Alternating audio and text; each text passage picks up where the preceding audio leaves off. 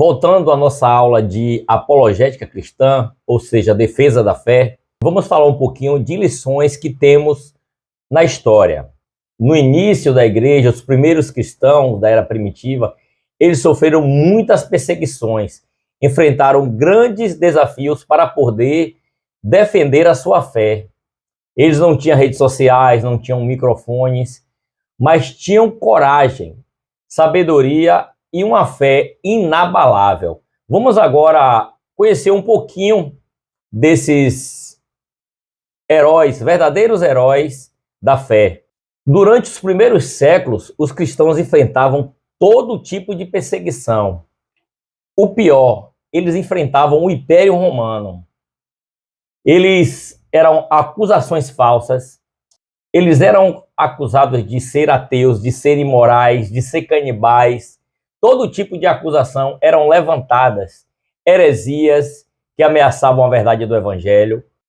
Mas Deus levantou esses homens que se colocaram como colunas da igreja, homens de fé, que suportaram tudo para que o Evangelho desse continuidade e chegasse até nós. Vemos isso muito bem na história da igreja. Na história da igreja, vamos ver homens assim que sacrificaram suas vidas, sacrificaram suas famílias para poder chegar esta palavra até nós. Alguns nomes importantes que fizeram essa defesa da fé: Justino Marte, ele apresentou o cristianismo como a verdadeira filosofia. Já Tertuliano, ele defendia a fé com firmeza contra as heresias e contra o paganismo romano. Irineu, ele combateu o gnosticismo e afirmou com clareza que o verdadeiro evangelho veio dos apóstolos, através de Cristo que passou por seus apóstolos, e houve a continuidade. Já Atanásio, ele lutava bravamente para afirmar que Jesus era verdadeiramente Deus. Isso contra o arianismo, que não colocava a pessoa de Jesus como verdadeiro Deus. Hoje tem religiões também que não botam Jesus como verdadeiro Deus. Então, esses homens aí, você vê que não é diferente. O que eles enfrentavam lá, hoje nós enfrentamos, só que de maneira diferente. Hoje são redes sociais, é a cultura, em universidades, todo mundo querendo desconstruir o evangelho ou fazer com que perca a credibilidade. Muitos se envolvem em polêmicas, em seitas, em heresias, tudo isso tentando vincular a imagem das boas novas, a imagem do evangelho, a essas coisas que nada a ver tem com o evangelho dos apóstolos.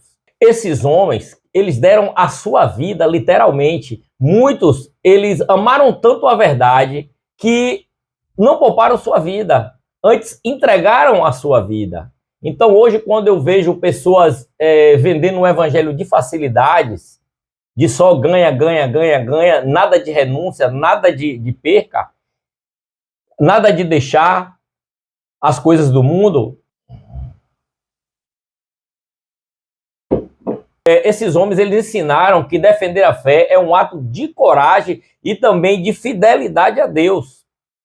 A apologética, ela não nasceu ontem, ela faz parte da missão da igreja desde o início. E hoje não é diferente. Hoje Deus quer levantar pessoas para defender o verdadeiro evangelho. Quando alguém perguntar a razão da esperança que há nela, ela tenha capacidade de responder, porque Deus não quer uma fé cega, Deus quer uma fé racional, uma fé a qual conheça a palavra revelada dele, que abrange a sua vontade principal.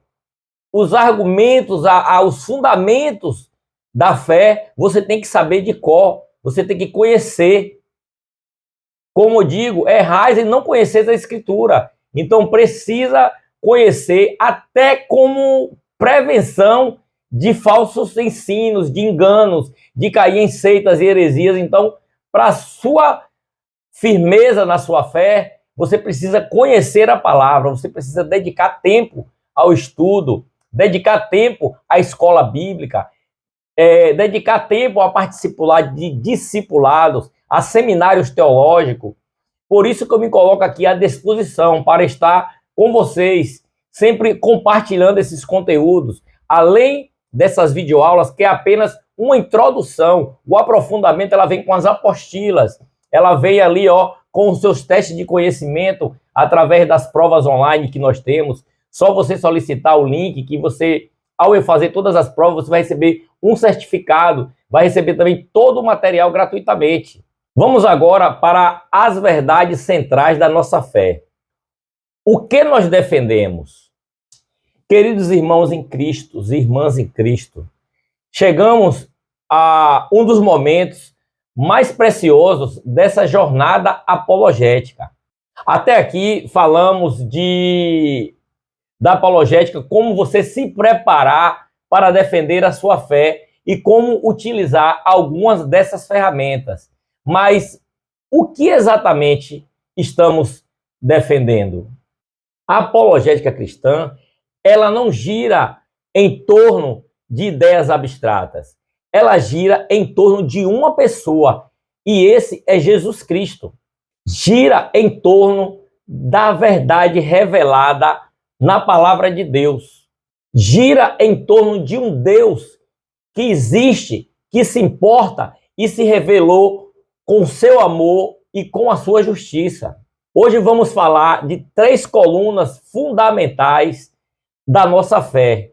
Primeiro é a existência e a natureza de Deus. Vamos falar também sobre a pessoa de Jesus Cristo e a sua obra. A primeira coisa, Deus existe? E se Deus existe, como ele é? Essa pergunta, ela é muito comum. E a Bíblia não manda fugir dela. Ao contrário, ela nos chama a usar a razão da nossa fé. Isaías 1,18, o próprio Deus, ele fala: venha a mim, apresente as suas razões.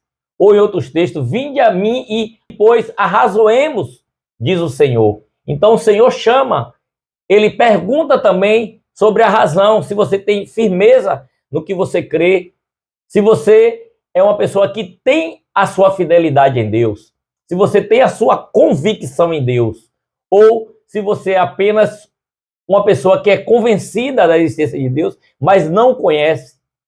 Então Deus te chama para esse contato com Ele, esse aprofundamento em conhecer. Deus é um Deus que Ele fala com o seu povo e também escuta o seu povo. Porque a oração, ela é uma conversa. Você conversa de Deus, você conversa com Deus, mas você também quer obter uma resposta. A maneira que Deus fala é através da sua palavra. Você ora no propósito e Deus fala ao seu coração. Ele te dá a tranquilidade, ele te dá a sensação de estar cuidado. Essa experiência é muito linda. Você precisa ter esse conhecimento com Deus, saber que Deus está com você, se alegrar com as coisas de Deus. Você também chorar, não é só razão, tem a emoção também, porque a gente não somos robôs, como eu digo, temos a nossa emoção. Mas a gente não pode depender só dela, porque no dia que a gente estiver cabisbaixo, desanimado, como é que a gente vai reagir? Se a gente não tiver a palavra ali que diz assim, ó, te esforça, tem de bom ânimo. A palavra que diz lá, se te mostrares fraco na hora da angústia, tua força será pequena. Então a Bíblia nos traz o chamado à confiança em Deus. Deus não nos chama para crer nele somente de olhos fechados. Ele quer que você venha até ele com o coração e também a mente aberta para conhecê-lo, para conversar com ele. Existem muitos argumentos que apontam para a existência de Deus. Vamos ver os principais, assim, de uma forma bem simples. O argumento da causa inicial. Tudo começa a existir por uma causa. O universo começou a existir. Logo, se ele começou a existir, ele teve uma causa. E essa causa não é outra, senão o próprio Deus. Nós temos o argumento do design inteligente.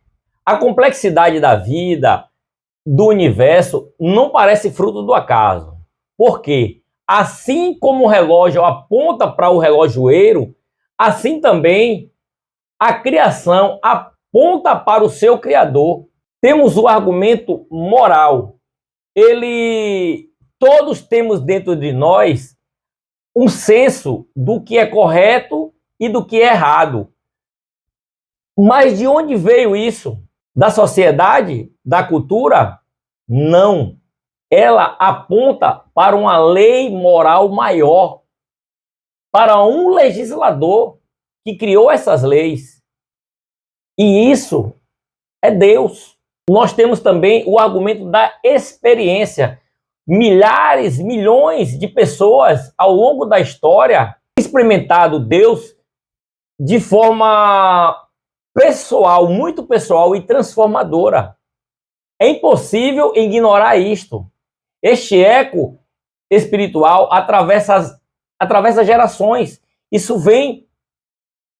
Quantas pessoas conhecem histórias de homens que foram transformados pelo poder da palavra?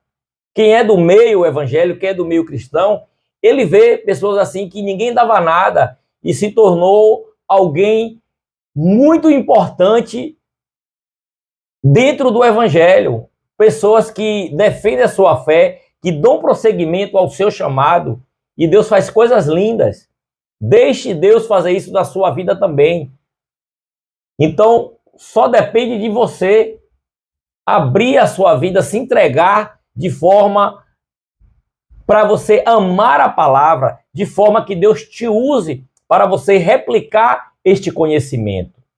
Não apenas ser crentes de banco de igreja, sentado ali, participando como se fosse de um clube. Não, Deus te deu uma missão. Ele fala em sua palavra, assim como o Pai me enviou, eu também envio a vós.